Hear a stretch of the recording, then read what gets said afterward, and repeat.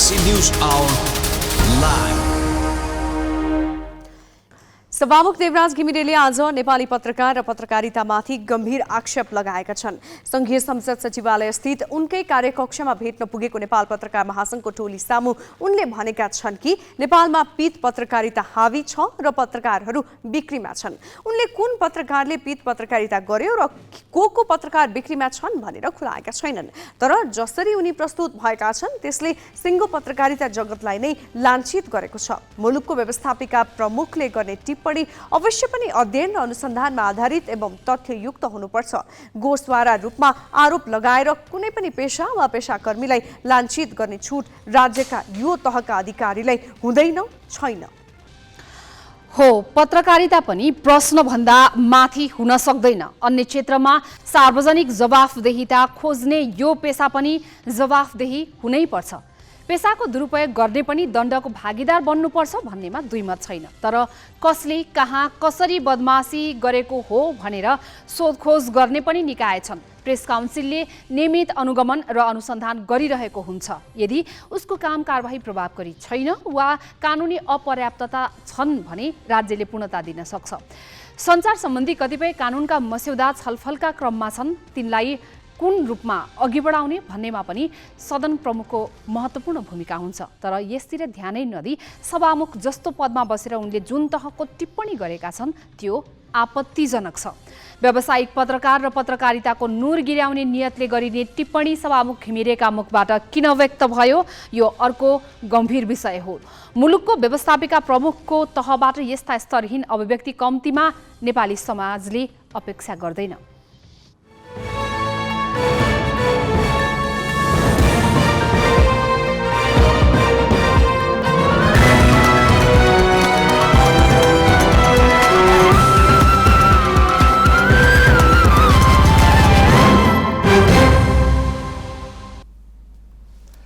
नमस्कार, यो हो ग्यालेक्सी न्यूज आवर। अब हेडलाइन्स।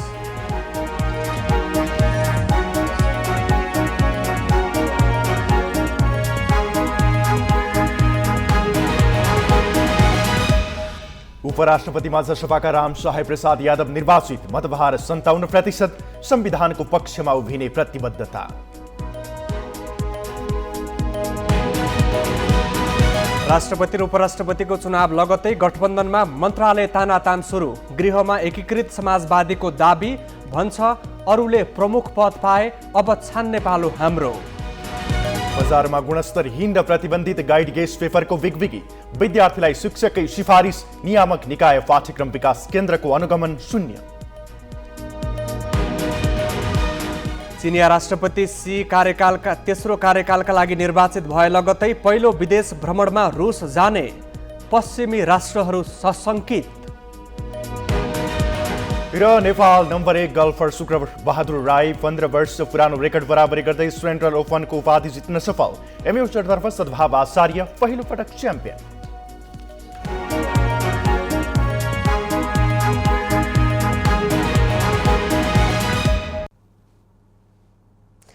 उपराष्ट्रपतिको लागि प्राविधिक रूपमा 4 जना मैदानमा थिए। गठबन्धनबाट जसपाका रामसहाय प्रसाद यादव र प्रमिला कुमारी, जनमत पार्टीकी ममता झा तथा एमालेबाट अष्टलक्ष्मी शाक्य प्रतिस्पर्धामा थिए, जसमा बाजी मारे जसपाका यादवले।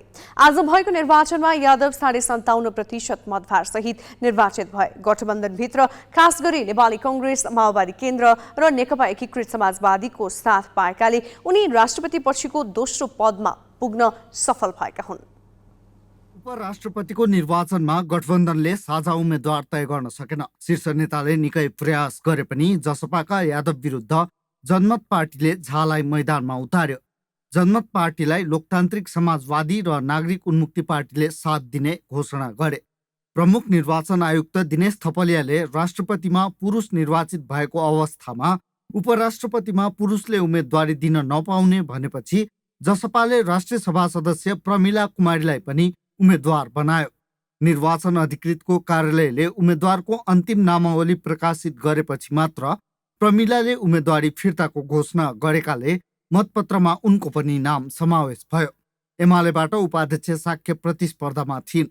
उनीहरूमध्ये एकजनालाई राष्ट्रपति चयन गर्न संघीय संसद भवनमा शुक्रबार मतदान भयो। संघीय संसद र प्रदेश सभाका सदस्य मतदाता हुन्। संघीय संसदका सदस्यको मतभार 79 र प्रदेश सभा सदस्यको मतभार 48 हो। गठबन्धनबाट यादव र झा मैदानमा रहेको लाभ आफूलाई हुने एमालेको बुझाइ थियो। एमालेका कतिपय नेताले कसैको पनि बहुमत नआउने र मतदान दोस्रो चरणमा जाने सम्भावना औल्याएका थिए, तर त्यसो भएन। उपराष्ट्रपतिमा निर्वाचित हुन 26,315 मतभार आवश्यक पर्नेमा जसपाका यादवले 30,328 मतभार पाए। संघीय संसदका 311 सदस्यले मतदान गरेकामा यादवले 184 र प्रदेश सभाका 518 सदस्यले मतदानमा भाग लिएकामा 339 जनाको मत पाए। उनलाई जसपाका साथै नेपाली काङ्ग्रेस, माओवादी केन्द्र, नेकपा एकीकृत समाजवादी, राष्ट्रिय जनमोर्चा लगायत दलका संघीय सांसद र प्रदेश सभा सदस्यले मत दिए। कसलाई मतदान गर्ने भनेर प्रष्ट निर्णय नगरेको राष्ट्रिय स्वतन्त्र पार्टीका केही संसदको मत पनि यादवले पाए। एमालेकी साक्यले 16,328 मतभार पाइन्। यो मतभार राष्ट्रपति निर्वाचनमा एमालेका सुभाष नेमुवाङले पाएको मतभन्दा केही बढी हो। साक्यले संघीय संसदका 106 र प्रदेश सभाका 169 सदस्यको मत पाइन्। जनमत पार्टीकी झाले भने अपेक्षाकृत मत पाइनन्। उनले संघीय संसदका 23 र प्रदेश सभाका 15 सदस्यको मत पाइन्। म्याद सकिएपछि उम्मेदवारी फिर्ताको घोषणा गरेकी प्रमिलाको नाममा एकजना प्रदेश सभा सदस्यले मत दिए। संघीय संसदतर्फ राष्ट्रिय प्रजातन्त्र पार्टी 14 र नेपाल मजदुर किसान पार्टीका 1 सांसदले मतदानमा भाग लिएनन्। चन्द्र भण्डारी, वर्षमान पुन र मनोरमा शेरचन बिरामी भएकाले मतदानमा अनुपस्थित भए। संघीय संसदतर्फ 334 सदस्य रहेकामा 3 सिट खाली छ भने एमालेका लक्ष्मी महतो कोइरी ज्यान मुद्दामा प्रहरीको फरार सूचीमा रहेकाले उपस्थित भएनन्। यस्तै नेपाली काङ्ग्रेसका सांसद टेक बहादुर गुरुङ भ्रष्टाचारी ठहर भएकाले निलम्बनमा छन्। प्रदेश सभातर्फ राप्रपाका 28 र नेपाल मजदुर किसान पार्टीका 3 सदस्यले मतदानमा भाग लिएनन् भने 1 जना अनुपस्थित भए। राजनीतिक ब्युरो, ग्यालेक्सी फोके, काठमाडौँ। नवनिर्वाचित उपराष्ट्रपति रामसहाय प्रसाद यादवले संविधानले दिएको भूमिका निर्वाह गर्दै राष्ट्रिय एकता मजबुत बनाउन लागि पर्ने प्रतिबद्धता व्यक्त गरेका छन्। निर्वाचित भएपछि सञ्चारकर्मीहरूसँग कुरा गर्दै यादवले शान्ति प्रक्रियाका बाँकी काम निष्कर्षमा पुर्याउने सम्बन्धमा पनि आफूले सक्दो प्रयास गर्ने बताए। संघीय संसदका सम्पूर्ण माननीय सदस्यज्यूहरू, प्रदेश सभाका माननीय सदस्यज्यूहरूलाई हार्दिक धन्यवाद दिन चाहन्छु। अब म निर्वाचित भएपछि पश्चात नेपालको संविधान, ऐन कानुन बमोजिम म आफ्नो भूमिका निर्वाह गर्नेछु। यो उपराष्ट्रपतिको पदको जुन काम कर्तव्य र अधिकार छ उपराष्ट्रपतिको, त्यो काम कर्तव्य र अधिकारलाई म इमान्दारीपूर्वक मुलुक र जनताको हितमा आफ्नो भूमिका निर्वाह गर्नेछु। संविधानको रक्षा, संविधानको पालना गर्दै मुलुकको जुन राष्ट्रिय एकता छ त्यो राष्ट्रिय एकतालाई मजबुत गर्नमा, राष्ट्रिय एकतालाई प्रवर्धन गर्नमा मेरो इमान्दारीपूर्वक मेरो भूमिका रहनेछ। त्यस्तै यो मुलुक समृद्ध मुलुकको रूपमा अगाडि बढोस् र एउटा शान्ति प्रक्रिया जुन अहिले निष्कर्षमा पुग्न बाँकी छ त्यो निष्कर्षमा पुर्याउनका लागि पनि मेरो तर्फबाट हुने प्रयास मैले इमान्दारीपूर्वक गर्नेछु भन्ने यहाँ जनतामाझमा राख्न चाहन्छु। अब पहिला त हाम्रो क्षेत्रका जनताकै मतको कारणले यहाँसम्म आइपुगेको हो र सर्वप्रथम उहाँहरूलाई मतदाता र सम्पूर्ण जिल्लाका जिल्लावासी लगायत देशका सम्पूर्ण जनतालाई म हार्दिक धन्यवाद र आभार व्यक्त गर्दछु। बाराको साबिक कचोरवा गाविसको बसबरिया गाउँ साँगुरो र सडकको किनारमा ठिङ्ग उभिएको बटल पामको बिरुवा। आडैमा छ गुजुमुजु परेको बस्ती। त्यही बस्तीको बिचैमा छ पुराना इटा, माटो र टायलले बनेको पुरानो घर। वरिपरि बाँसको बेरा लगाइएको छ। घरसँगै जोडिएको छ गौसारको छाप्रो हो। यही आम गाउँले आँगनमा 2027 साल साउन 9 गते जन्मिएका राम सहाय शुक्रबार देशकै दोस्रो सर्वोच्च पद उपराष्ट्रपतिमा निर्वाचित भए। सामान्य किसान परिवारमा जन्मिएका शान्त र भद्र स्वभावका यादव सधैँभरि मधेसी जनताको जीवनस्तर उकासिएको हेर्न चाहने नेता हुन्। आफू स्वयंले भोगेको गरिबी र अभाव मधेसबाट निर्मूल होस् भन्ने उनको चाहना हो। 2048 सालदेखि शिक्षण पेसामा आबद्ध भएर सेवा गरेका उनी तत्कालीन गजेन्द्र नारायण सिंहको पार्टी सद्भावना निकट शिक्षक मञ्चमा रहेर राजनीतिमा सामेल भएका हुन्। कोचिङमा पनि सँगै काम गरेको थिएँ त्यो बेला र उहाँ एकदमै शान्त भद्र किसिमको मिलनसार र इमान्दार छमिको मान्छे हुनुहुन्थ्यो। उहाँ त्यसपछि राजनीतिमा सुरुदेखि नै शिक्षण पेसामा रहँदाखेरि राजनीतिमा सधैँ चासो राख्ने, शिक्षक मञ्चतिर उहाँ चाहिँ सक्रिय मञ्चलाई चाहिँ उहाँले यहाँ जिल्लामा चाहिँ स्थापित गराउन हरदम कोसिस गर्नुभएको थियो। भारतको डाक्टर बाबा साहेब भीमराव अम्बेडकर विश्वविद्यालयबाट BSc गरेका उनले ठाकुरराम बहुमुखी क्याम्पस वीरगञ्जबाट B.Ed गरेका छन्। भारतको सीतामाढीबाट विज्ञान विषयमा स्नातकोत्तर तहसम्मको अध्ययन गरेका यादव लामो समय शिक्षण पेसामै रहे। गाईबस्तु पालेर ट्युसन पढाएरै 3 छोराछोरीलाई शिक्षा दीक्षा दिए। आज पनि त्यही घरमा उनकी श्रीमती चम्पादेवी वस्तुभाउ पालेर बस्छिन्। उनलाई चिन्ने जान्नेले निकै सादगी व्यक्तिका रूपमा चिन्छन्। पहिला सद्भावना समर्थक, पछि मधेसको विषयमा मधेस मुक्तिको कुरा गर्दै उहाँ चाहिँ राजनीतिमा अगाडि बढ्नुभयो र फोरमको महासचिव समेत पुगेर पटक सांसद पनि बन्नुभयो। 2 पटक जित्नु पनि भयो, 1 पटक समानुपातिबाट सांसद बन्नुभएको थियो र उहाँ गाउँमा एकदमै मिलनसार छविको रूपमा परिचित हुनुहुन्छ। 2064 सालमा शिक्षण पेसाबाट राजीनामा दिएर उनी संविधान सभामा समानुपातिक तर्फबाट संविधान सभा सदस्य भए। 2047 सालमा नेपाल सद्भावना पार्टीमा आबद्ध भएपछि उनी नेपाल शिक्षक मञ्चको केन्द्रीय कोषाध्यक्ष भए। 2059 सालमा मधेसी जनाधिकार फोरममा आबद्ध भएका उनी जनआन्दोलन 2062-63 पटक पटक गिरफ्तार भए। 2072 सालमा उनी मधेसी जनाधिकार फोरम र सङ्घीय समाजवादी पार्टी एकीकरण भई गठन भएको सङ्घीय समाजवादी फोरमको महासचिव बने। 2075मा उनी सङ्घीय समाजवादी फोरम र नयाँ शक्ति पार्टी मिलेर बनेको समाजवादी पार्टीको महासचिवको जिम्मेवारीमा रहे। 2076मा समाजवादी पार्टी र राष्ट्रिय जनता पार्टी बीच एकीकरण भई गठन भएको जनता समाजवादी पार्टी नेपालको कार्यकारिणी समिति सदस्य बने। 2078मा वन तथा वातावरण मन्त्रीको जिम्मेवारी सम्हालेका यादव 2079को प्रतिनिधि सभा निर्वाचनमा 12-2 काङ्ग्रेसका पुराना तथा प्रभावशाली नेता राधेचन्द्र यादवलाई पराजित गर्दै निर्वाचित भए र जनता समाजवादी पार्टी नेपालको संसदीय दलको नेता चुनिएका थिए। सामान्य जीवन र कठोर राजनीतिक यात्राका बीच यादव देशकै दोस्रो वरियता पदमा निर्वाचित भए पनि उनकी पत्नी र 3 सन्तान आज पनि बाराको कलैया 5 स्थित झुपडीकै जीवन बिताइरहेका छन्। 12 धुर जग्गामा रहेको त्यही बसेरामा परिवारका सदस्यले गुजाराका लागि गाई भैँसी पाल्छन्। त्यही गोठमा बस्छन्। चम्पाले गाईबस्तु स्याहार्छिन्। रामशाह यादव मधेस राजनीतिमा अक्कल झुक्कल बाहेक राजनीतिमा त्यति चर्चामा आएको नाम होइन, तर यो नाम गुमनाम पनि कहिल्यै भएन। मधेसलाई मूलधारमा ल्याउन 2064को मधेस आन्दोलनको पृष्ठभूमिमा रामशाह एउटा पिल्लरको रूपमा रहे। मधेस आन्दोलनपछि फोरमका संस्थापक उपेन्द्र यादवलाई नेतृत्व तहमै रहेर अनवरत साथ दिँदै आएका थिए। शुक्रबार उनी राष्ट्रपतिमा निर्वाचित भएपछि रिक्त भएको उनको संसदीय क्षेत्रमा पनि उपेन्द्र यादवलाई नै सजिलो पर्नेछ। बाराबाट वसन्त खतिवडाको सहयोगमा अङ्गराज नेउपाने, ग्यालेक्सी फोके, काठमाडौँ। राष्ट्रपति र उपराष्ट्रपति निर्वाचन सकिँदा नसकिँदै सत्ता गठबन्धनका घटकबीच मन्त्रालयमा हानाथाप सुरु भएको छ। यसले प्रधानमन्त्री पुष्पकमल दाहाललाई मन्त्री परिषद विस्तार सकसपूर्ण हुने देखिएको छ, किनभने गठबन्धनमा रहेका नेपाली काङ्ग्रेस र नेकपा एकीकृत समाजवादीले मुख्य मन्त्रालयमा दाबी गर्ने जनाउँदिएका छन्। एकीकृत समाजवादीका उपाध्यक्ष राजेन्द्र पाण्डेले गृह मन्त्रालय आफ्नो पार्टीले पाउनुपर्ने बताएका छन्। माओवादी केन्द्रले प्रधानमन्त्री, काङ्ग्रेसले राष्ट्रपति र जनता समाजवादी पार्टीले उपराष्ट्रपति पाएकाले गठबन्धनभित्र अब पद छान्ने पालो आफ्नो भएको उनको भनाइ छ।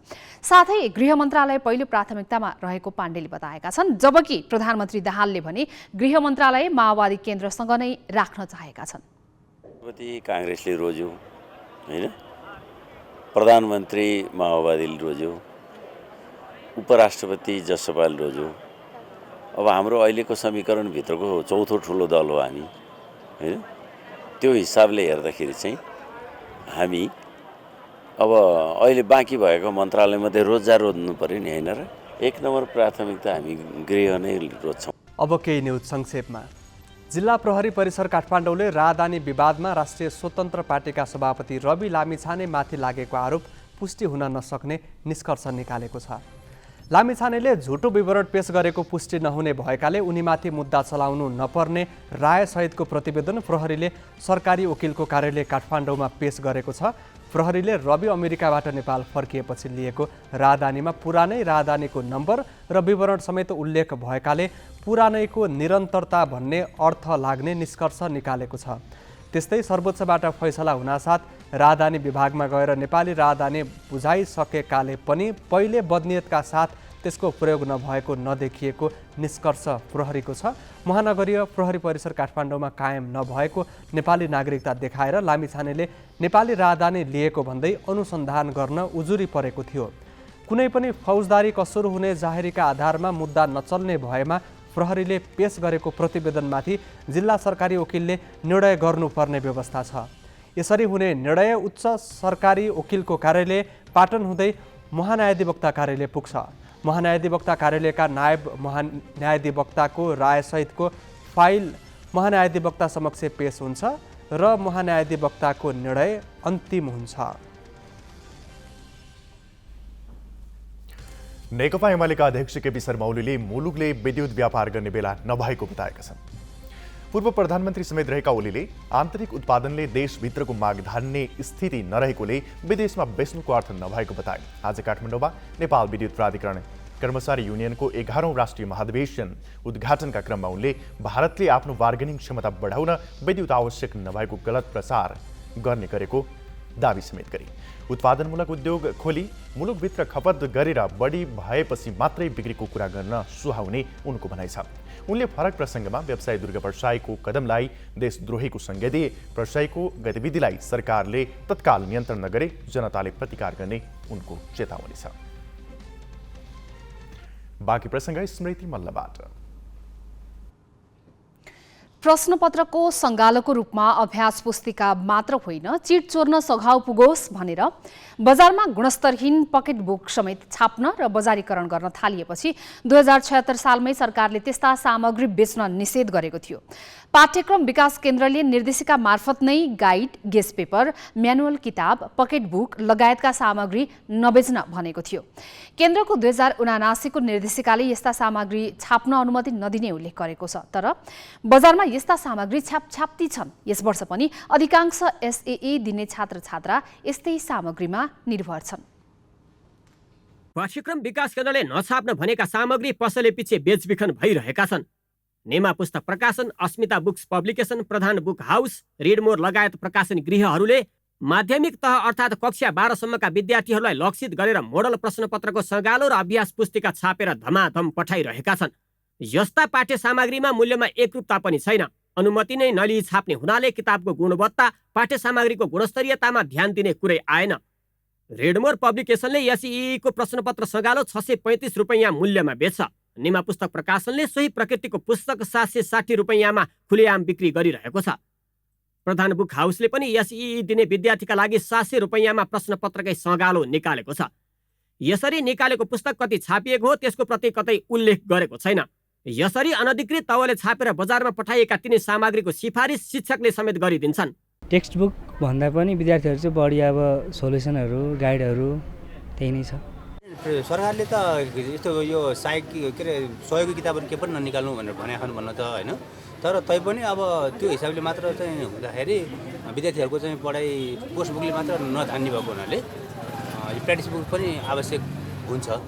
अनि त्यही भएर प्रायः कसैले निकालेर छन्, प्रायःको धेरैले त बन्दै गरिसकेका छन्। कोहीले मात्र एक दुईवटाले मात्र चाहिँ निकालिरहेको छ किताबहरू।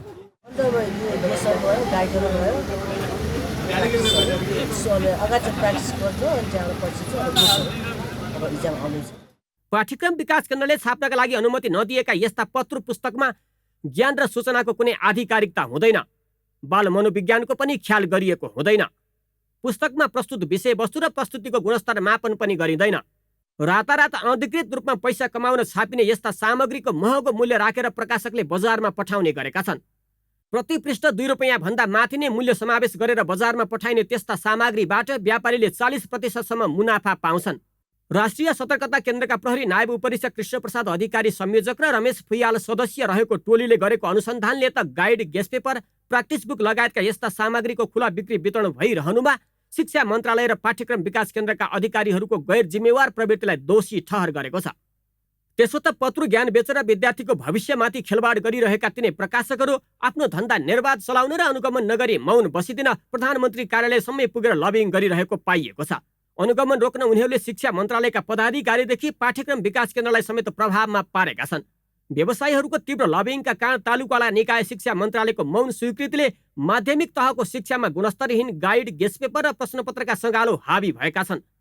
नियामक निकाय नै मौन बसेपछि व्यवसायीहरूलाई प्रकाशकको ठेगाना, लेखकको नाम बिनाका मात्र होइन, छपाई मिति, सङ्ख्या र संस्करण समेत नखुलाई अनधिकृत र पत्रु खालका पुस्तकको उत्पादन र बिक्रीका लागि हौसला मिलिरहेको छ।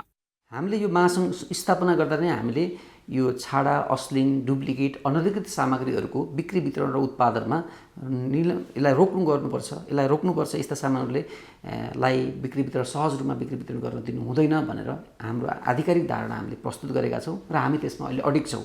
भलै राज्यले बिचमा के गर्यो भने यस्ता सामग्रीहरूको नाममा विभिन्न अभ्यास पुस्तकहरू, सहयोगी सन्दर्भ सामग्रीहरूलाई पनि राज्यले बन्देज लगाउने काम गर्यो। अहिले त्यस्तो सामग्रीहरूको फेरि हामीले एक हप्तामा हामीले उहाँहरूसँग छलफल विचार विमर्श गरेर यसको आवश्यकता महसुस गरेर अभ्यास पुस्तकहरू अहिले हामी फेरि पुनः छापिएका छन्। हजुरले भने जस्तै राइटर को हो, राइटर लेखक को हो, मुद्रित वर्ष कहिले छापिएको हो, प्रकाशक हो, यस्ता चाहिँ अभिभावक नभएका, कसैले पनि त्यसको जिम्मेवारी वहन नगर्ने खालका सामग्रीहरू बिक्री वितरणमा कडाइ गर्दा हाम्रो त्यसमा कुनै आपत्ति छैन। बजारमा चिडचोर नमिल्ने आकारका र खल्तीमै अटाउने किताब छ्यापछ्याप्ती पाइने र विद्यार्थी त्यसैमा आकर्षित हुन थालेपछि स्तरीय र अनुमति प्राप्त पुस्तकको बिक्री घटेको छ। गुणस्तरहीन पाठ्य सामग्रीका कारण पढ्ने र सिक्ने उमेरका छात्रछात्राहरूको ज्ञानमाथि मात्र खेलवाड भइरहेको छैन, राज्यको राजस्व समेत गुमेको छ। सरकारले नछाप्नु भनेका सामग्री छापेर बजारमा लैजाने प्रकाशक, कमिसनको लोभमा परेर त्यस्ता गुणस्तरहीन सामग्री पढ्न बाध्य पार्ने विद्यालय, शिक्षक र बजारमा कस्ता किताब पठाइन्छन्, विद्यार्थीले के पढिरहेका छन् भनेर सामान्य चासो पनि नराख्ने र कर्तव्य पूरा नगर्ने पाठ्यक्रम विकास केन्द्रलाई दण्डित गर्न ढिला भइसकेको छ। क्यामेरामा चन्द्रमान डङ्गोल र जय तामाङका साथ अक्षर काका, ग्यालेक्सी फोके, काठमाडौँ। यसैबीच हामीले बजारमा गाइड, गेस्ट पेपरका नाममा अनधिकृत पुस्तक खुलेआम बिक्री भइराख्दा नियामक निकाय किन मौन छ भनेर पाठ्यक्रम विकास केन्द्रका निर्देशक बाबुराम ढुङ्गानालाई सोधेका छौँ। सामग्रीहरू प्रकाशित नगर्नु भनेर चाहिँ हामीले जानकारी गराएको पनि छ होइन। एउटा अर्को कुरा चाहिँ यो अलिकति पुरानो कुरा हो। अहिले चाहिँ बजारमा यो प्रभावकारी छैन, यो डिस्करेज भइसकेको छ। पाठकहरूले, विद्यार्थीहरूले पनि यसलाई विश्वास गरेको अवस्था पनि रहेन। अब यी सामग्रीहरू प्रकाशन गर्नको लागि यहाँबाट अनुमति लगाए अवस्था पनि होइन। त्यसो भएको हुनाले यो अहिलेको बजारमा प्रभावकारी पनि छैन। त्यो चाहिँ विभिन्न चरणको हुन्छ यो होइन। कोही चाहिँ प्रशासनमै जानुपर्ने पनि हुन्छ होइन। अब यहाँबाट गर्ने कारबाही भन्दा नि एउटा टेक्निकल्ली यसलाई रिकमेन्ड गर्ने कुराहरू हुन्छ होइन। अब विभिन्न कानुनहरूमा उल्लेख भएका हुन्छन् त्यो चाहिँ होइन, फरक फरक कानुनहरूमा। त्यसो भएको हुनाले पहिला त अब अनुगमनको रिपोर्टमा चाहिँ नि कुन चरणको गल्ती गरेको हो भनेर खुलेर आइसके पछाडि गर्ने कुराहरू हुन्छ, फरक फरक चरणमा हुन्छ। त्यो मूल्य पनि अनुगमनको क्रममा मूल्य पनि सँगै अनुगमन हुने हो। र हामीले पनि सुनेका छौँ कि नाजायज अलिकति बढी नै रिजनेबल नहुने किसिमले चाहिँ नि मूल्य राखेको छ भन्ने कुरा पनि सुनेका छौँ।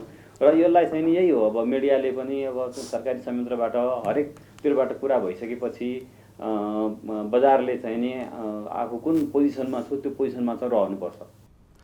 अब केही न्युज संक्षेपमा। बेनी जोन्सन सडक आजदेखि दैनिक 5 घण्टा बन्द भएको छ। म्याग्दीको उत्तरी क्षेत्र हुँदै मुस्ताङलाई राष्ट्रिय राजमार्गसँग जोड्ने बेनी जोन्सन सडक बन्द गरेर स्तरोन्नतिको काम सुरु भएको हो। म्याग्दीको अन्नपूर्ण गाउँपालिका 3 रूपसे झरना क्षेत्रमा पहिरो रोकथाम, बेली ब्रिज निर्माण र सडक विस्तारका लागि यातायात आवत जावत बन्द गरिएको जिल्ला प्रशासन कार्यालय म्याग्दीद्वारा जारी सूचनामा उल्लेख छ। सूचनामा चैत 14 गतेसम्म रूपसे खण्डमा बिहान 6 देखि 9 र दिउँसो 1 देखि 3 बजेसम्म यातायात आवत जावतमा रोक लगाइएको उल्लेख छ। बेनी जोम्सम कोरला सडकको बेनी गलेश्वर खण्डमा यातायात सञ्चालनमा लगाइएको प्रतिबन्ध भने बुधबार हटेको छ।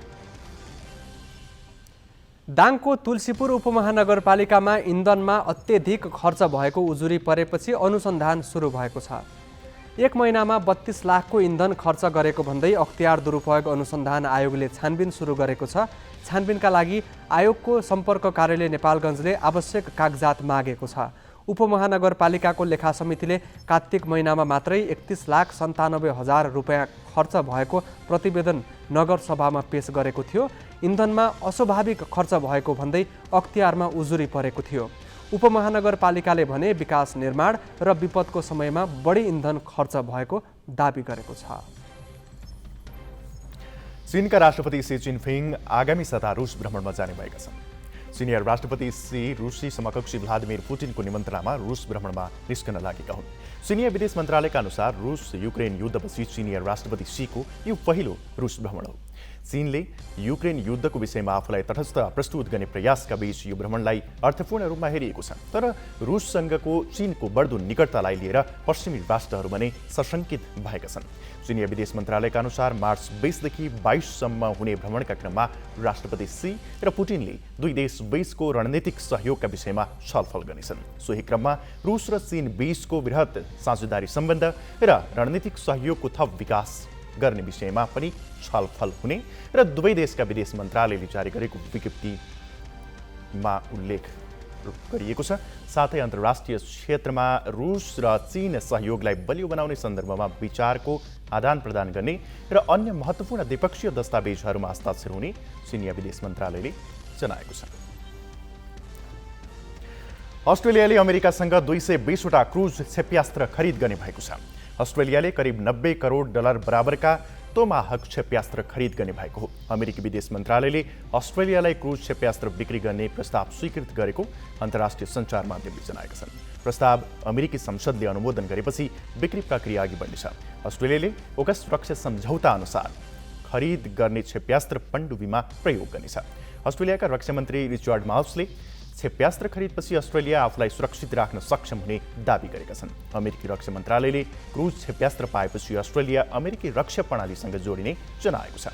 अमेरिका, बेलायत र अस्ट्रेलिया बीच ओकस सुरक्षा सम्झौता अन्तर्गत सोमबार मात्रै नयाँ सुरक्षा सम्झौता भएको थियो, जस अनुसार अस्ट्रेलियाले अमेरिकाबाट आणविक क्षमता सहितका 3वटा पनडुब्बी पनि खरिद गर्नेछ। बाँकी प्रसङ्ग सोनिका रियालबाट। सभामुख देवराज घिमिरेले सञ्चारकर्मीमाथि गम्भीर आरोप लगाएका छन्। सभामुख घिमिरेले आज नेपाल पत्रकार महासङ्घको टोली सामु पत्रकारहरू बिक्रीमा रहेको आरोप लगाए। सञ्चारकर्मीले जिम्मेवार भएर पत्रकारिता गर्नुको साटो डरलाग्दो गरी पीत पत्रकारिता गरिरहेको उनको आरोप छ। उनले पीत पत्रकारिताको असर समाजमा परेको बताएका छन्। सभामुख घिमिरेले यस्तो गम्भीर आरोप लगाउँदा उनलाई बधाई दिन पुगेका महासङ्घका पदाधिकारी भने तैचुप मैचुप भएका थिए। पत्रकारहरू जति जिम्मेदारी साथ पत्रकारिता गर्नुपर्थ्यो, अन्यथा नलिनु होला, यो महासङ्घ हो, त्यो खालको छैन। पीत पत्रकारिता अहिले पनि निकै डरलाग्दो गरी छ। जे कारणले भए पनि तिनीहरू प्रभावित छन्। अझ अर्को भन्ने हो भनेदेखि त बिक्रीमा छन् पत्रकारहरू। हेर्नुहोस्, अब पत्रकारहरू बिक्रीमा छन्, सङ्घ बिक्रीमा छ भन्यो सभामुखले भनेर भन्लान् कि भनेर मैले यसलाई रोकिरहनु पर्दैन र त्यो भन्नु पनि हुँदैन तपाईँहरूले, किन यो त हाम्रो आफ्नो भित्री कुराहरू हो नि। मुलुककै सिङ्गो न्यायालय 13 महिनादेखि कायम मुकायम नेतृत्वको भरमा चलिरहेको छ। न्याय क्षेत्रका सरकारवालाले हरेक सार्वजनिक मञ्चमा प्रधान न्यायाधीश नियुक्तिमा ढिलाइ गर्न नहुने आवाज उठ्ने गरेको छ। काठमाडौँमा आज नवप्रवेशी कानुन व्यवसायीहरूका लागि सुरु भएको पूर्व व्यावसायिक आधारभूत तालिमको उद्घाटनमा कायम मुकायम प्रधान न्यायाधीश हरिकृष्ण कार्की, महान्यायाधिवक्ता दिनमणि पोखरेल सहित नेपाल बार एसोसिएसन र कानुन मन्त्रालयका पदाधिकारीहरूको उपस्थिति थियो। त्यहाँ बार एसोसिएसनका अध्यक्ष गोपाल कृष्ण घिमिरेले न्यायालयलाई नेतृत्व दिन संसद र सांसदलाई आग्रह गर्दा महान्यायाधिवक्ता दिनमणि पोखरेलले कानुन बनाउन लाग्ने समय बाहेक प्रधानमन्त्रीले 1 मिनेट पनि ढिला नगर्ने भने सरकारका तर्फबाट जवाफ फर्काए। आहत भएका छौँ। नेपालको कानुन व्यवसाय क्षेत्र र नेपालको न्यायपालिकाको क्षेत्र, न्यायपालिकीय क्षेत्र सम्माननीय प्रधान न्यायाधीश अगाडि हुनुहुन्छ। उहाँको नाम पदको अगाडि कामु लगाउँदाखेरि हरेकपल्ट कामु भन्दाखेरि मेरो मुटु एकपल्ट बित्छ। नेपाल बार एसोसिएसनको अध्यक्षको मुटुमा बोध छ एकपल्ट। हरेक पटक उहाँलाई कामु कामु भनिराख्दाखेरि, कायम मुकायम भनिराख्दाखेरि हाम्रो मुटु घोच्ने गरेको छ। म नेपाल सरकार र व्यवस्थापिकालाई के अनुरोध गर्न चाहन्छु भने अब अति भयो। हो कानुन सचिवजीले जानकारी दिएर जानुभएको छ। यो पार्लियामेन्टको अङ्ग बनिसक्यो। मान्य सांसदहरूलाई, व्यवस्थापिकालाई, हाम्रो न्यायपालिकालाई हाम्रो नेतृत्व देऊ। आगामी कार्यक्रमहरूमा हामीले हाम्रा प्रधान न्यायाधीशलाई सम्बोधन गर्दाखेरि कायम मुकायम भनेर प्रधान सम्मान सम्बोधन गर्ने अवस्थाको अन्त होस्। नेपालले एउटा प्रधान न्यायाधीश पाओस् र हामीलाई के विश्वास छ भने आज जो कायम मुकायम प्रधान न्यायाधीश हुनुहुन्छ उहाँले नै छिट्टै यो नेपालको प्रधान न्यायाधीशको रूपमा शपथ लिन पाउनुहोस्। 8 महिनासम्म कायम मुकायम प्रधान न्यायाधीश रहेको हरिकृष्ण कार्कीलाई प्रधान न्यायाधीश हुनबाट रोक्नका लागि मात्रै हो भन्ने अर्थले गरियो भने त्यो सायद हामीले चाहिँ हुने कुरालाई पनि बिगार्न खोज्या हो कि एक्टरहरूलाई प्रोभोक गर्न खोज्या हो कि भन्ने अर्थ पनि लाग्न सक्छ। पहिला केही प्राविधिक कुराहरू थिए, प्रधान न्यायाधीश निलम्बन भएपछि सो त काम हुने हो, त्यसमा हामीले चर्चा गर्नु नै परेन, नम्बर 1। नम्बर 2, त्यस पछाडि इलेक्सन भएको, सुनवाई समिति नभएको कारणले गर्दाखेरि हुन सक्ने अवस्था थिएन, त्यो पनि अन्डरस्टुड हो। अब पार्लियामेन्ट आइसके पछाडि गभर्मेन्टले यो विषयलाई सिरियसली ल्याएको छ कि छैन भन्ने कन्टेक्स्टमा म बुदागत रूपमा दुईटा कुरा निवेदन गर्न चाहन्छु। मेरो बारम्बार यो विषयमा सम्माननीय प्रधानमन्त्रीज्यूसँग कुरा भएको छ। प्रधानमन्त्रीको तर्फबाट म यहाँहरूलाई यति एस्योर गर्न चाहन्छु, जेन्युन प्रोसेसमा लाग्ने टाइम बाहेक कार्यपालिकाको तर्फबाट, प्रधानमन्त्रीको तर्फबाट इन्टेन्सनल 1 मिनटको पनि डिले हुने छैन भनेर उहाँले प्रतिबद्धता गर्नुभएको छ। र यहाँहरूलाई म विनम्रतापूर्वक अनुरोध गर्न चाहन्छु, अरू विषयलाई मिसाएर डाइल्युट गर्ने भन्दा पनि प्रधानमन्त्रीको साइडबाट भएको कोसिसमा इन्टेन्सनल्ली यहाँनिर डिले देखियो भनेर तपाईँहरूले मलाई भन्नुभयो भने I will immediately communicate with.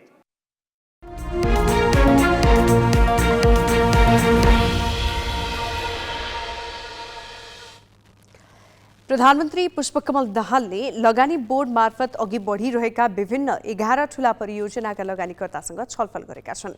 प्रधानमन्त्री दाहालले आज लगानीकर्तालाई बोर्डमा बोलाएर सार्वजनिक निजी साझेदारी र निजी लगानीका परियोजनाको प्रगतिबारे जानकारी लिएका हुन्। लगानीकर्ताहरूले आफ्ना परियोजनामा देखिएका समस्याबारे अवगत गराएको र प्रधानमन्त्री दाहालले समस्या समाधान गर्ने प्रतिबद्धता जनाएको बोर्डले जनाएको छ।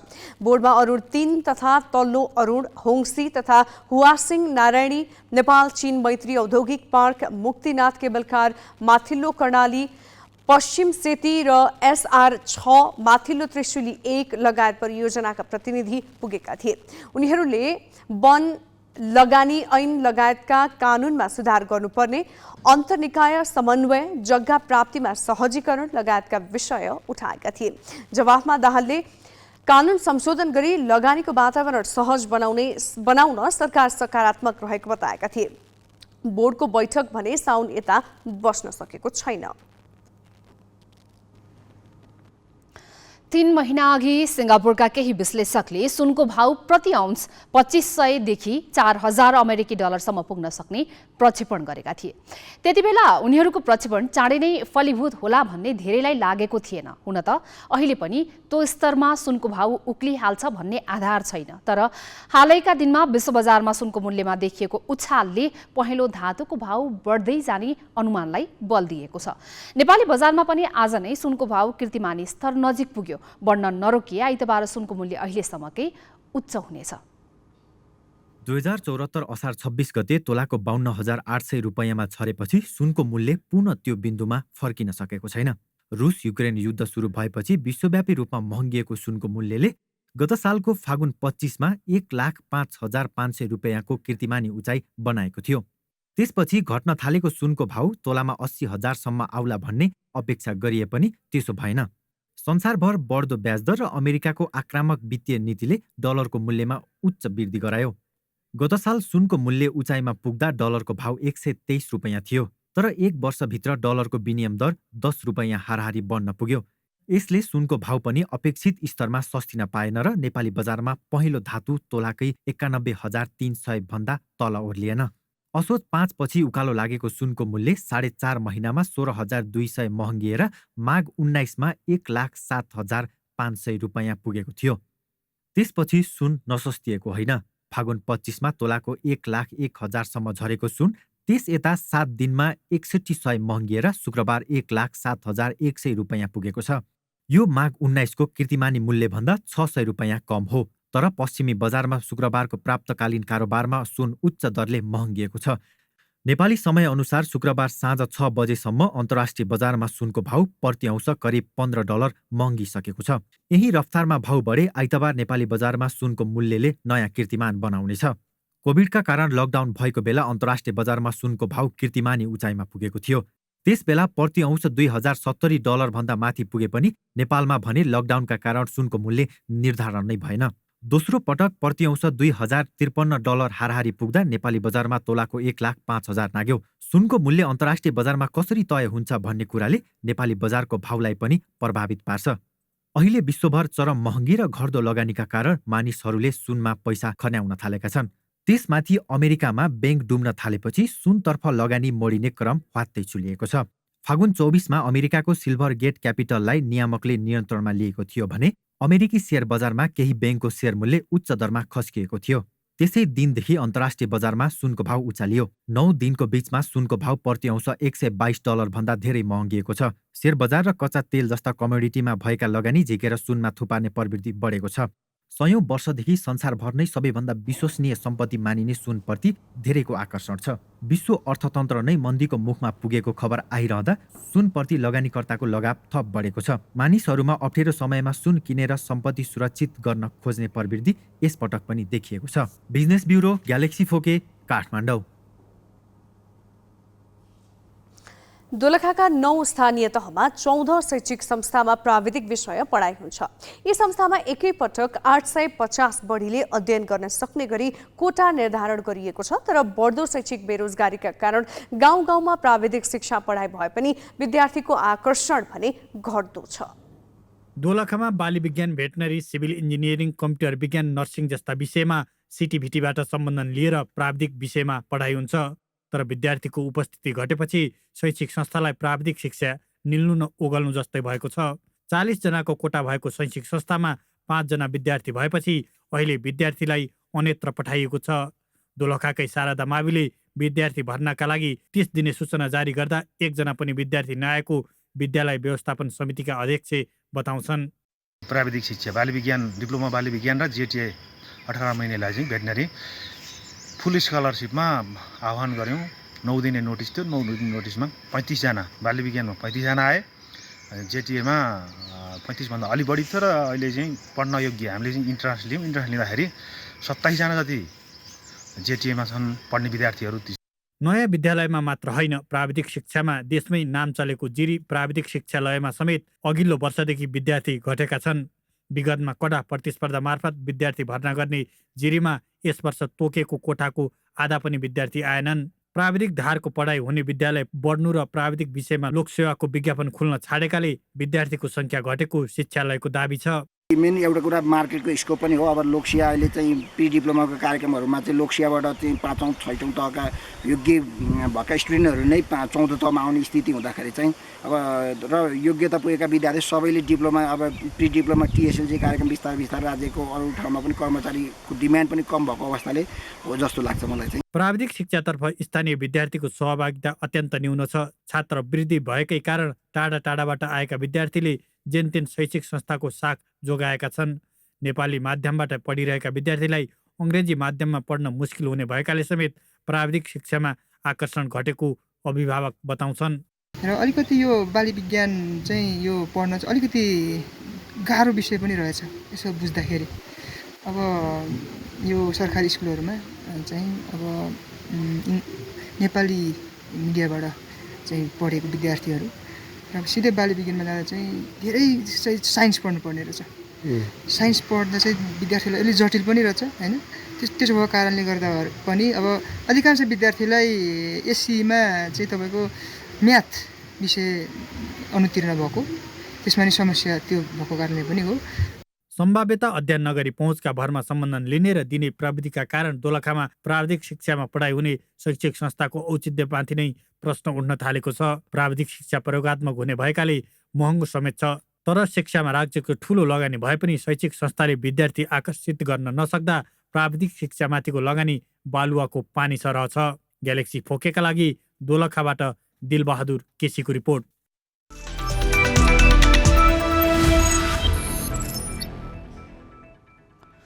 शहीद स्मारक ए डिभिजन लिग फुटबलमा चर्च बोइज युनाइटेडले अपराजित यात्रा कायम राखेको छ। 5औं चरणको खेलमा मछिन्द्र क्लबसँग बराबरी खेल्दै चर्च बोइजले अपराजित यात्रा कायमै राखेको हो। च्यासल मैदानमा आज भएको खेलमा चर्च बोइजले 10 खेलाडीमा समेटिएको मछिन्द्रसँग गोलरहित बराबरी खेल्यो। 42औं मिनेटमा चर्च बोइजका जोसेफले लाई फाउल गरेपछि पूजन उपरकोटी रातो कार्ड पाई मैदानबाट बाहिरिएका थिए। प्रतिस्पर्धात्मक खेलमा दुवै टोलीले पाएका अवसरमा गोल गर्न नसकेपछि अङ्क बाँडे। चर्च बोइज 5 खेलबाट 11 अङ्कसहित दोस्रो स्थानमा छ। समान खेलबाट 5 अङ्क जोडेको मछिन्द्र 11औं स्थानमा छ। आजै भएको अर्को खेलमा जावलाखेल युथ क्लबले 3 स्टारलाई 1-0 गोलले पराजित गर्यो। एन्फा कम्प्लेक्समा भएको खेलमा जावलाखेलको जितमा 16औं मिनेटमा एन्कोटो मासोबेले गरेको गोल नै निर्णायक बन्यो। जावलाखेलले 5 खेलबाट 10 अङ्क जोडेको छ।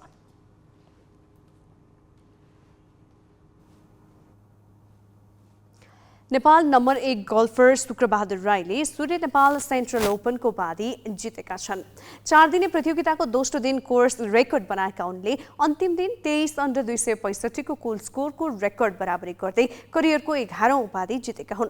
एमेचरतर्फ 16 वर्षका युवा गोल्फर सद्भाव आचार्यले करियरकै उत्कृष्ट प्रदर्शनका साथ पहिलो उपाधि जिते। नेपाली प्रोफेसनल गल्फमा शिवराम श्रेष्ठले एक छत्रराज गरे। उनी विदेशिएपछि प्रतिस्पर्धा फितलो हुने धेरैको अनुमान थियो, तर त्यसो भएन। युवा गल्फरहरूले अनुभवी गल्फरहरूलाई कडा चुनौती मात्र दिएनन्, प्रतियोगितालाई नै स्तरीय बनाउने गरी स्कोर बनाए। शुक्रबार सम्पन्न सूर्य नेपाल सेन्ट्रल ओपनमा युवा गल्फरले फेरि एकपटक आफ्नो क्षमता देखाए। भारतीय गल्फ टुरमा नेपालको प्रतिनिधित्व गरेका शुक्र करियरकै उच्च फर्ममा छन्। उनले पहिलो दिन 7 अन्डर खेल्दै शानदार सुरुवात गरे। दोस्रो दिन 11 अन्डर 61 को लोभलाग्दो प्रदर्शन गरी गोकर्ण गल्फ क्लबको कोर्स रेकर्ड नै तोडे। तेस्रो दिन 3 अन्डर खेलेका शुक्रसँग अन्तिम दिनको सुरुवात गर्दा 6 स्ट्रोकको अग्रता थियो। उनले शुक्रबार 2 अन्डर 70 स्कोर गर्दै समग्रमा 23 अन्डर 265 सहित उपाधि जिते। उनी सामु भारतीय गल्फर समीम खानले बनाएको रेकर्ड तोड्ने मौका थियो। 15औं होलको समाप्तिमा उनले 23 अन्डर बनाइसकेका थिए। अब बाँकी 3 होलबाट एक बढीले पनि उनले भारतीय खेलाडीले 15 वर्ष अगाडि बनाएको रेकर्ड तोड्ने मौका थियो। तर अन्तिम होलमा उनको शट लिप आउट हुँदा उनी रेकर्ड तोड्न सकेका छन्। तर पनि रेकर्ड बराबरी गर्न सफल रहे।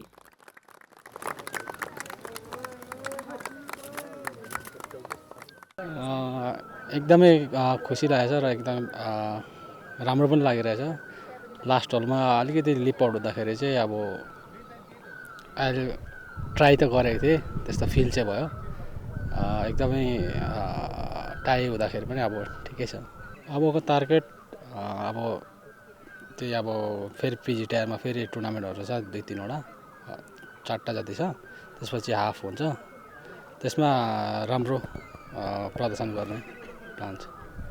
एमेचरतर्फ राष्ट्रिय टोलीका 2 खेलाडीले 4 दिन तारिफ योग्य प्रदर्शन गरे। अन्तिम दिन नम्बर 1 एमेचर सुभाष तामाङ र सद्भाव आचार्य बीच कडा प्रतिस्पर्धा भयो, जहाँ सद्भावले सुभाषलाई मात्र 1 स्ट्रोकले हराएर उपाधि उचाले। 4 अन्डर 68 सहित समग्रमा 15 अन्डर 273 मा सद्भावले पहिलो पटक सूर्य नेपाल टुरमा उपाधि जितेका हुन्। प्रोफेसनल तर्फ भने उनी तेस्रो भए। 15 अन्डरको नतिजामा एमेचरतर्फ उपाधि जित्ने पनि उनी पहिलो खेलाडी बने। यो 15 अन्डर खेल्दाखेरि आई थिङ्क हजुरको 8 अन्डर मैले सुट गरेको थिएँ third day. I think that was also my best score अहिलेसम्मको 18 होल्समा। So yes am happy with my score, but I mean yes there is lot of room for improvement. So हजुर त्यही हो, practice गर्नुपर्छ। I'll practice accordingly and yes, get better. Subhash समग्रमा 14 under 274 सहित चौथो स्थानमा रहे। उनी एमेचरतर्फ दोस्रो भए। यो सिजन 5 मध्ये 3 उपाधि शुक्रले जितिसकेका छन्। एमेचर खेलाडीले पनि प्रोफेसनल ट्रफीका लागि दावेदारी प्रस्तुत गरिरहेका छन्। पछिल्लो 1 महिनामा नेपाली राष्ट्रिय क्रिकेट टोली निकै व्यस्त रह्यो। आइसिसी विश्वकप लिग 2 अन्तर्गत नेपालले 3 श्रृङ्खला खेल्यो। तीनवटै श्रृङ्खलामा नेपालले सनसनीपूर्ण प्रदर्शन गर्यो। अभूतपूर्व प्रदर्शनकै कारण श्रृङ्खलाका 12 मध्ये 11 खेल जितेर नेपालले एक दिवसीय मान्यता मात्रै जोगाएन, विश्वकप छनौटमा स्थान पनि बनायो। उनीहरूको यो प्रदर्शनमा राजनीतिक नेतृत्वको कुनै सहयोग छैन। पूर्वाधार विकासमा चासो नदिने राजनीतिकर्मी यतिखेर टोलीका सदस्यलाई पुरस्कार घोषणा र सम्मान गर्ने होडमा नै लागेका छन्। विश्वकप लिग 2 अन्तर्गत फागुन पहिलो साता त्रिवी मैदानमा भएको श्रृङ्खला क्लिनस्विप गरेको राष्ट्रिय क्रिकेट टोलीका सदस्यलाई प्रधानमन्त्री पुष्पकमल दाहालले जनै 2 लाख रुपियाँ दिने घोषणा गरेका थिए। युए जानु अघि जितको शुभकामना दिन निवासमै बोलाएका दाहालले घोषणा गरेको रकम भने खेलाडीले अझै पाएका छैनन्। नेपालले युएमा 4 मध्ये 3 र त्यसपछि त्रिवी मैदानमा 4 मध्ये 4 खेल जितेर एक दिवसीय मान्यता जोगाउनुका साथै विश्वकप छनौटमा स्थान बनायो। यो आफैमा चमत्कारिक प्रदर्शन थियो। नेपाली क्रिकेट संघले यो प्रदर्शनलाई नेपाली क्रिकेट एक त माथि पुगेको रूपमा लिएको छ। क्रिकेट संघले गर्न सक्ने क्षमताले मात्रै नेपाली क्रिकेट र नेपाली खेलाडीको भविष्य सुनिश्चित हुँदैन। यसमा खास गरेर नेपाल सरकार राज्यको प्राथमिकतामा मात्रै होइन, क्रिकेट पहिलो प्राथमिकतामा खेलकुद क्षेत्रमा पर्नुपर्छ भन्ने हाम्रो एउटा सुझाव छ सरकारलाई। अविश्वसनीय प्रदर्शन गरेर धेरैलाई चकित तुल्याएका खेलाडीलाई प्रधानमन्त्री दाहालले शुक्रबार फेरि बालौटार निवासमा बोलाएर बधाई दिए अनि जनै 3 लाख रुपियाँ पुरस्कार दिने घोषणा गरे। उनले बिहिबार त्रिवी मैदानमा आफू पुग्दा समर्थकले अन्तर्राष्ट्रिय स्तरको रङ्गशाला र फ्लडलाइटको माग गर्दै लगाएको नारा सुनेकैले होला खेलाडी सामु फ्लडलाइट राख्न निर्देशन दिए, रङ्गशाला निर्माणलाई तीव्रता दिने प्रतिबद्धता जनाए। फ्लड लाइटको पनि आवश्यकता छ भन्ने कुरा पनि महसुस भयो। त्यसलाई तत्काल अगाडि बढाउन राष्ट्रिय खेलकुद परिषदलाई म निर्देशित गर्दछु र त्यसका लागि आवश्यक पर्ने साधन स्रोतको व्यवस्था नेपाल सरकारले गर्ने समेत म प्रतिबद्धता व्यक्त गर्न चाहन्छु। भरतपुर महानगरपालिका अन्तर्गत अन्तर्राष्ट्रिय स्तरको क्रिकेट मैदान बनाउने प्रक्रियालाई पनि त्यहाँ देखा परेका केही प्राविधिक जटिलतालाई समाधान गरेर हामी अगाडि बढाउँदैछौँ। राष्ट्रिय क्रिकेट टोलीका खेलाडीलाई बागमती प्रदेश सरकारले पनि जनै 1 लाख रुपियाँका दरले पुरस्कार दिने घोषणा गरेको छ। राष्ट्रपति रामचन्द्र पौडेलले टोलीका सदस्यलाई शीतल निवासमा बोलाएर सम्मान गरे। उनले राष्ट्रिय टोलीले युएलाई हराएर विश्वकप छनौटमा स्थान बनाई राष्ट्रको इज्जत र गौरव बढाएको भन्दै खुसी व्यक्त गरे। उनले खेलकुद क्षेत्रलाई सरकारले उपेक्षा गर्न नहुने भन्दै पूर्वाधार विकास गर्नुपर्नेमा जोड दिए। पूर्वाधारको कमी हुँदाहुँदै पनि तपाईहरुले यसरी चाहिँ सफलता प्राप्त गर्नुभएको छ। यो नै ठुलो कुरा हो, यो नै ठुलो कुरा हो र राष्ट्रले निश्चय नै पनि यो क्षेत्रलाई नेग्लेक्ट गर्नुहुन्न। तर विडम्बना भन्नुपर्छ, पूर्वाधार विकास राजनीतिक नेतृत्वको प्राथमिकतामा परेको अनुभव खेल क्षेत्रले अहिलेसम्म गर्न सकेको छैन।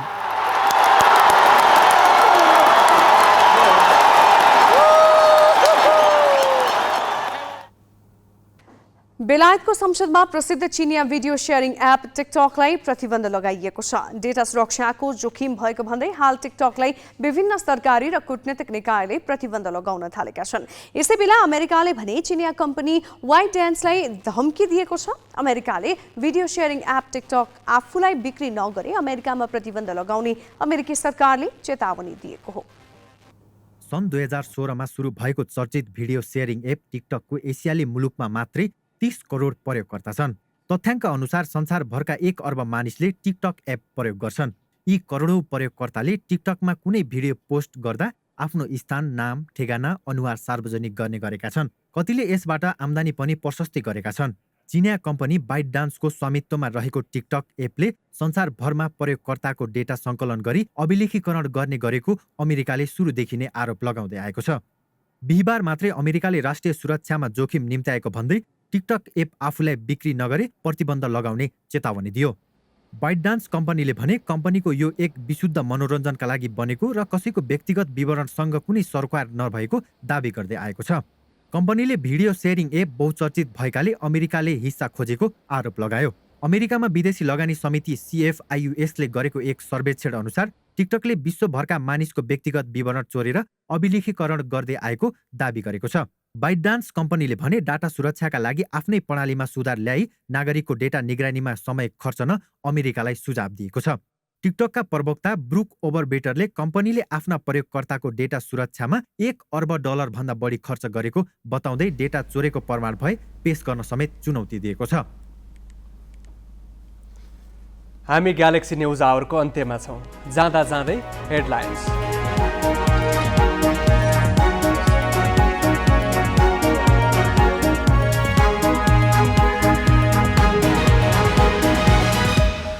उपराष्ट्रपतिमा जसपाका रामसाय प्रसाद यादव निर्वाचित, मतभार 57%, संविधानको पक्षमा उभिने प्रतिबद्धता।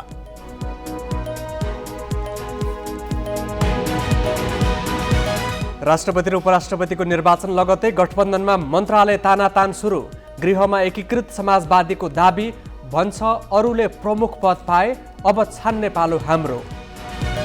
बजारमा गुणस्तरहीन र प्रतिबन्धित गाइड गेस्ट पेपरको विगविगी, विद्यार्थीलाई शिक्षककै सिफारिस, नियामक निकाय पाठ्यक्रम विकास केन्द्रको अनुगमन शून्य।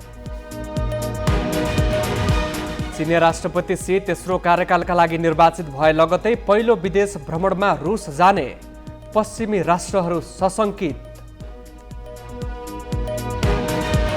र नेपाल नम्बर 1 गल्फर शुक्रबहादुर राई 15 वर्ष पुरानो रेकर्ड बराबरी गर्दै सेन्ट्रल ओपनको उपाधि जित्न सफल। एमयुसरतर्फ सद्भाव आचार्य पहिलो पटक champion.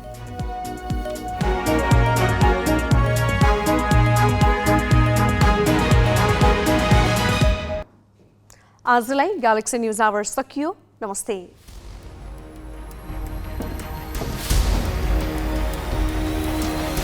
This is Galaxy News Hour Live.